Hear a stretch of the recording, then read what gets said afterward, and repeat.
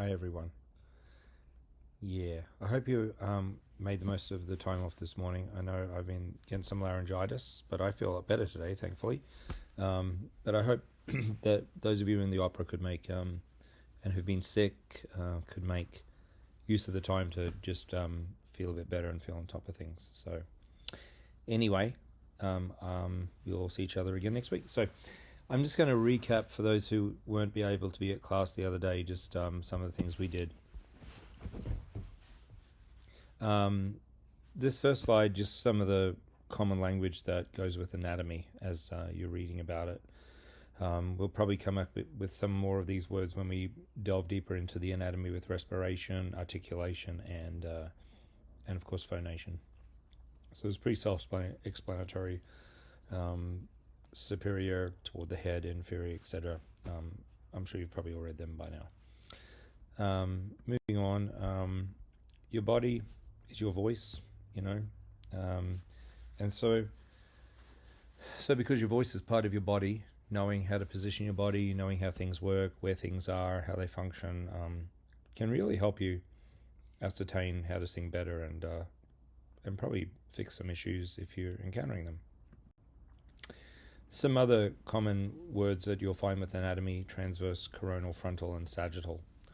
You can sort of match the colors here to see in this diagram where these things are. Coronal, of course, comes from the Latin word corona, meaning crown. So it's cutting the from the crown of the head sideways, sort of through the body, or the frontal plane, it's also called. The axial or horizontal or transverse plane is this one here in green. Sagittal is a little bit harder to see. It's right in here in black. It's sort of the longitudinal plane, which is a bit like the medial and parasagittal plane, only that the medial plane is cutting the body in a vertical direction from top to bottom in the middle section, and parasagittal is moving either side of that. As you can see here, parasagittal is out here cutting a portion of the side of the head here, whereas medial is actually cutting it in directly in the middle. Yeah. There are certain muscle types that are found throughout the body: smooth muscle, cardiac muscle, skeletal muscle. I've got smooth muscle in here twice. Involuntary muscles, though, that are found in your blood vessels. So while we have all these different muscle types in our throughout our body, they perform different functions. The interesting thing that we want to know about our muscle types concerning our voice are that within the larynx we have muscles that are both fatigue resistant and can move very quickly, because the voice is the vocal muscles, thyroidnoid muscle, for example, are the only muscles in the body that contain both fast and slow twitch fibers. So it makes them really unique. Skeletal muscles, of course, striated fibers, they're the muscles of phonation, respiration, and articulation. But these are controlled by impulses from our peripheral nervous system, meaning that you control them via sort of thinking about other things. They're not something you can have direct control over. You have to give them an impulse by doing something else, such as what sort of sound you want to make will affect how the muscles work. Smooth muscles, they're involuntary muscles. They're the ones that you would find in blood vessels, veins and arteries. They're also found in some other organs, including your stomach, your bronchial tubes, and your intestines. Of course, your cardiac muscle. None of us want to have any cardiac problems. That's going to concern your heart. Again, an involuntary muscle. You can maybe slow your heart rate down, but it's pretty hard to stop it unless it wants to stop, which I hope is not the case for any of us anytime soon. So muscles are described in 4 different ways: the position and their connection. So, for instance, this thyrohyoid muscle. Your thyroid cartilage, your Adam's apple, there's a muscle connecting that to the hyoid, which is the horseshoe bone that sits above it. We'll see in a few slides that are coming up. The muscle that connects those two is called the thyrohyoid muscle. Direction, how the muscle runs, whether it's transverse, oblique, external, internal. Orbicularis muscles, they're the muscles that run sort of in an orbital or round or circular pattern, and they're outside your mouth. Major and minor muscles, big and small. And then we have shape, their geometry. For instance, your deltoid is triangular shaped. The trapezius is a trapezoid, it's trapezoid shape. And then you have the rectangular or quadratus, like your quadratus lumborum or your quads, for instance. And then the function. Muscles only contract, they do not relax. For every muscle in your body, you have a pair of muscles, one that performs motion, and then you have the antagonist muscle that actually contracts to perform the opposite motion. So when you raise your arm, you're contracting your bicep, and when you're lowering your arm, you're contracting your tricep. And we have those muscles in the larynx too. We have those that contract in order to close the glottis, and those that contract in order to open it.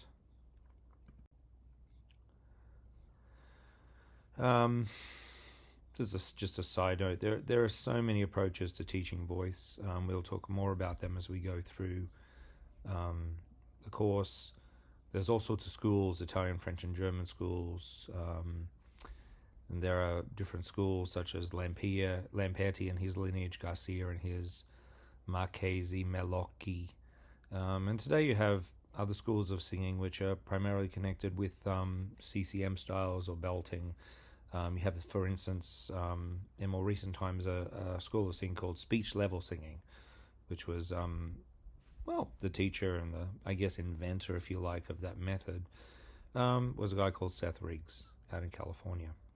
So, and these different schools, they sometimes share all of these things that are listed here, and sometimes they place more emphasis on one than the other.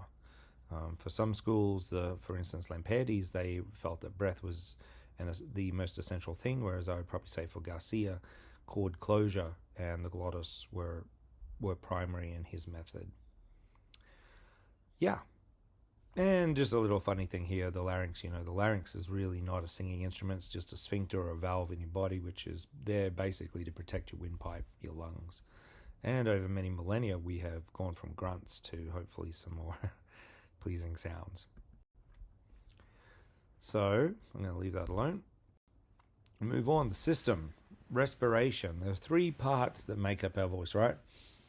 Of course, we've got our power source. That's our air. That's our respiratory system. Then we have the vibrator, or your larynx, your vocal folds. And then the vocal tract, which resonates what's produced at the larynx. And it does it through a process of filtering out different harmonics and making the sound better. So when we sing different vowels, different things are filtered because of the shape of the tongue and whatnot. And so the vocal tract will enhance some harmonics and cut out some others. Moving on. This is us with no skin on. Our skeleton. Of course, you know most of these parts already. Your crown, your cranium, the rib cage, the sternum, your arm bones, your leg bones, the tibia and the fibia, your feet and ankles, hands and wrists, and your pelvis, your spine.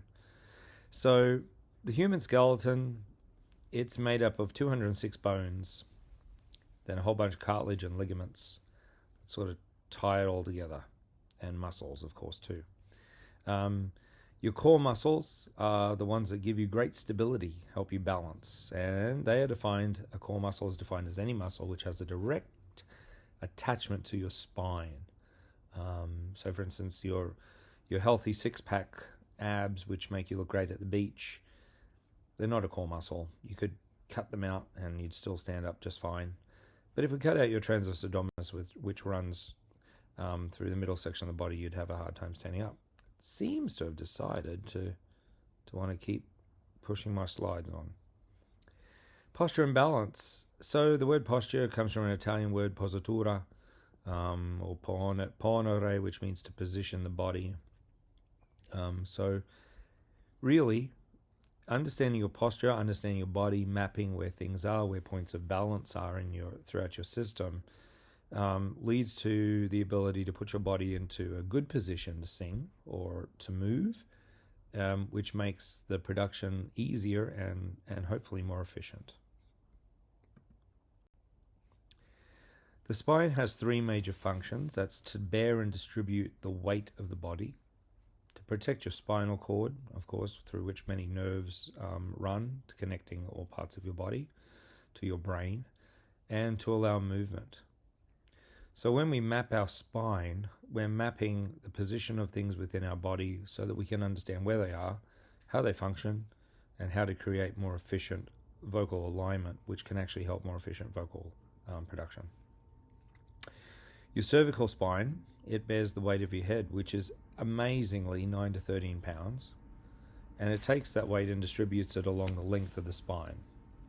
So the position of your neck affects the entire body, and what you do with your head leads the rest of the body.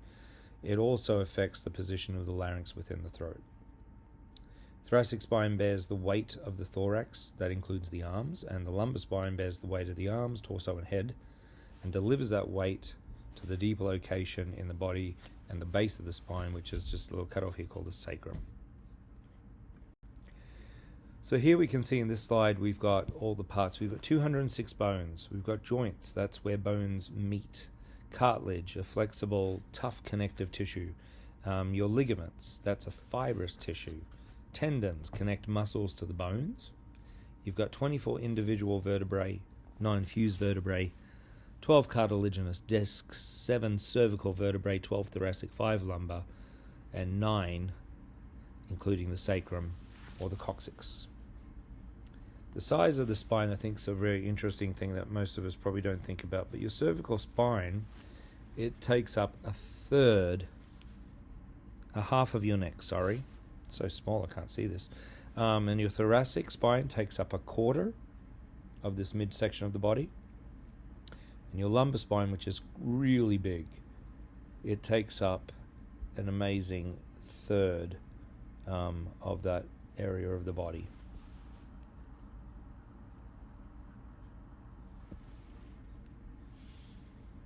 It's all laid out here. Have a good look at that. Spine too is an S-shape pattern. It's rather snaky.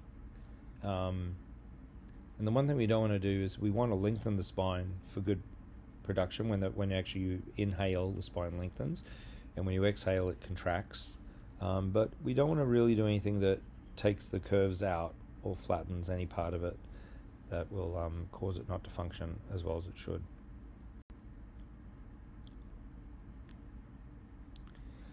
So, movement and balance. So your spine is capable of movements in many directions, capable of shortening, lengthening, twisting, and bending. When your body's correctly aligned, it can relieve pressure on the discs. It can help with vocalizing more efficiently your breath. And as a result, your breathing will become more efficient too. To map your body, there are 6 places to become aware of. Your atlanto-occipital joint, commonly called your AO joint, that's the top of your spine. We'll look at a picture of that next. You've got your shoulders, your thorax to lumbar spine, your hips, your knees, and your ankles. So these being really sort of aware and building up a feeling for where these things are in your body, being able to really feel the positioning of these things really helps your movement, your balance, and the efficiency of your instrument. And you all want to look good when you move on stage too, so understanding how these things move and coordinate is really important for doing so. So this is your AO joint, the top one.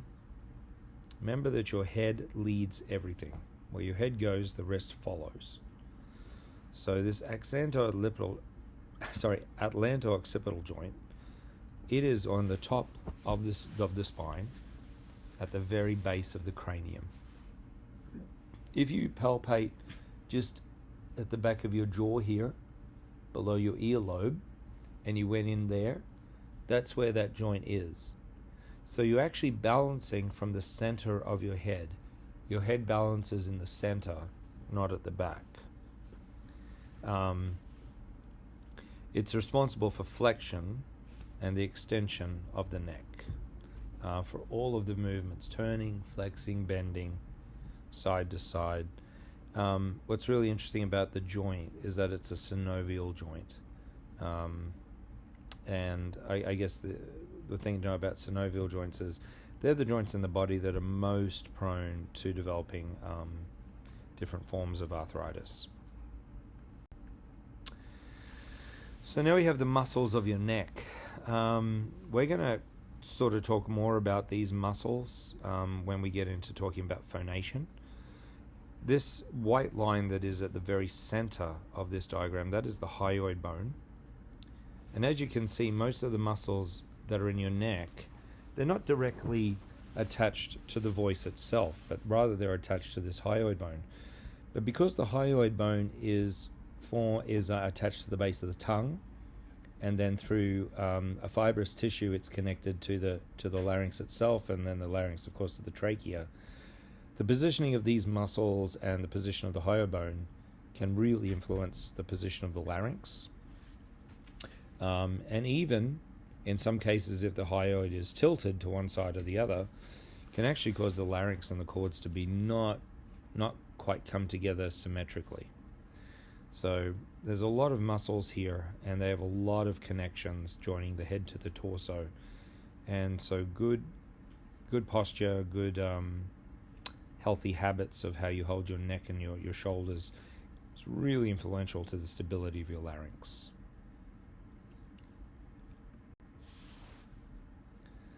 So it's handy to map all parts of your body, mapping your cervical spine, thoracic spine, the neck muscles. And this is going to help you really develop an awareness of where your body is in space. A lot of us, you should not balance. The balancing of your head affects everything that you do really in your vocalizing. And one thing just to point out while we talk about this, and we'll get more into this in articulation, your jaw is not a part of your head. It is not directly part of the head. The head is the cranium or the skull. So the balance of all these things is achieved through natural dynamics of movement. And breathing plays a large role in your ability to find your balance. Your thoracic or lumbar spine, as you can see here in red, it's the area at the base of the, that should not say neck, but sorry, base of the, it's not your thoracic spine. What have I done? I've got the wrong picture in here. I'll replace this. I don't know what's happened. This is your lumbar spine. This white part above it is your thoracic spine, right? So the area, this is the area, this up here, this white part above the red, that connects your lumbar spine to your cervical spine. And then you've got your lumbar spine here in red, which is the sort of the lower bend in the back. That problem, the lumbar spine can sometimes have not enough curve in it. You can have too much curve in it, which creates antagonism sometimes in the diaphragm. We'll see when we talk more about respiration that where these two parts of the spine meet, we have a cura, which is an attachment to the back of the diaphragm. So the movement or tension in the diaphragm, its ease of going up and down, can be affected by the positioning of this part of your spine. So we want this lumbar spine to stay neutral. We don't want it to have excessive curve or flattening. Thoracic spine, we want to have good mobility in our thoracic spine because, of course, that's where our ribs are joined. So a lack of, oh God, I can't make that go back. A lack of mobilization of the thoracic spine will limit the movement of the rib cage. At the base of our spine, as you can see here, we've got the hips and the pelvic bone. The sacrum here is what all of the weight of the body, or the spine rather, sits on. It's doing this weird timer thing again. Okay, let's get through this. We balance out our hips and pelvis. So the pelvis works to distribute the weight of the body through the hips and legs. In that previous slide, if you can go back to it on your own, you'll see that the psoas muscle is what connects our hips to our spine, or our trunk to our legs. So you want to have good mobility in the spine as well, to have good breath. The bulk of weight is supported by the sacrum, is comprised of the fused vertebrae and bends deeply backward into the body, making this weight bearing possible. Next part of our body going down is we've got our knee. So while you don't need to know or won't be examined on all the anatomical parts of the knee, knee balance, knee positioning, and the biggest thing in singing is not locking your knees, which throws the rest of the back out. So looking here at our knee joints, the three conditions often seen with your knee: incorrect, bent and locked, overbent, overlocked, right? So we want to have balance, we want to have a springy alignment. We want to feel energy from the feet all the way up. So the knees adopt the correct position only when your thoracic spine is balanced atop the lumbar spine. And that balance is crucial to free movement, the gesturing, free movement of your arms and shoulders and neck, your ability to make gestures and make them look easy, and your ability to move while you sing. Balancing all those places, it allows for an effective transfer of energy throughout the whole body. And so posture is not something that should be considered rigid. It is your positioning of your body in space. And how do you do that effectively? How do you find that is part of the understanding how to sing better, and part of teaching people how to sing is how to position their body. But like in all things, you need the student to create an environment for your student where they can feel happy to move their body. A lot of us get very self-conscious about our physique, about our look and all that sort of stuff. So with your students, work to help them overcome that by positive reinforcement of them. The last part of the leg, moving down, is your ankle. The foot and the ankle joints is where basically all of your good balance comes from. We breathe to find our balance, but understanding how to bear weight on our feet contributes to good balance as well. Our foot, again, you're not going to be examined on all the muscles and anatomy of the foot itself, but just know that your foot has three places of balance. That's the heel, the outside of the big toe, and the outside of the little toe. The outside of the big toe, that's also called the ball of the foot. And I think for our singing purposes, we don't want our weight to be too far back in the heel. We want to feel that we're evenly balanced on all three that make a triangular place, so that the arch of the foot can work properly to bend and to that's what I'm looking for, can flex in order to support the weight above it.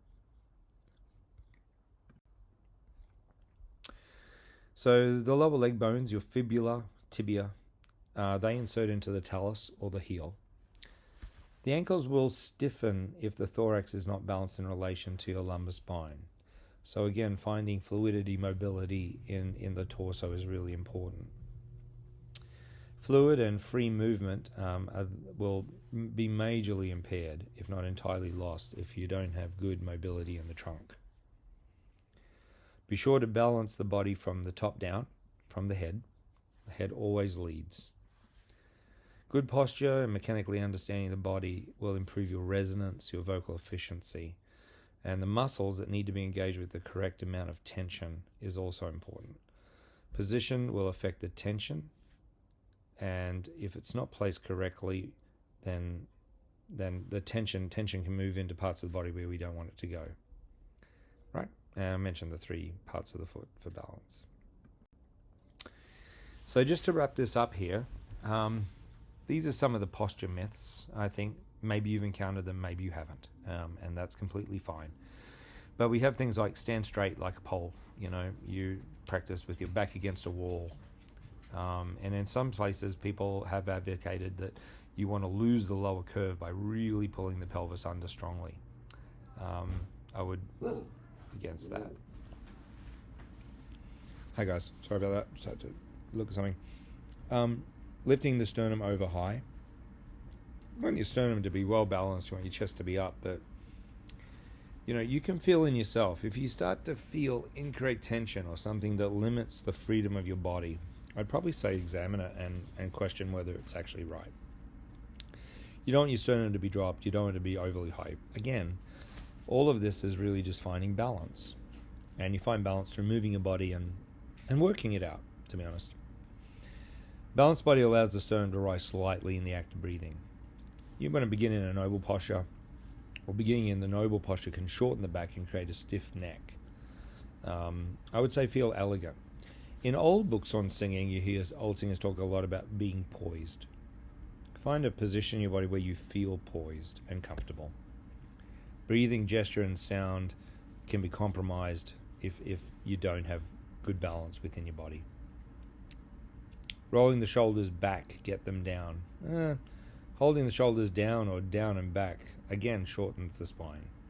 It impairs breathing, making it more labored by placing unnecessary tension and weight on the upper ribs. We'll talk about some more of that when we get into breathing, I'm sure. I have some questions for you. Tucking the pelvis under goes with losing this lower curve in the body. It destroys the rebound of the abdominal wall, so this will affect your exhalation. Tension in the abs make the movement of the ribs and the diaphragm difficult, if not stopping it altogether and sort of getting the breath locked up. Spinal lengthening and gathering is prevented. Remember that as you breathe in, the spine lengthens, and as you exhale, it shortens. Suspend your head by a string. The old head on a string thing. It's often taught in the voice studio. It leads to tensing the neck, stifling the muscles of the neck. In doing so, the curve of the cervical spine gets lost and the larynx is pulled into an elevated and backward position. This hinders the movement of the extrinsic and intrinsic muscles of the larynx, making singing difficult. Notice that all great singers, when they sing high notes, tend to let the head come up and the head move up. I'll tell you why in another lesson.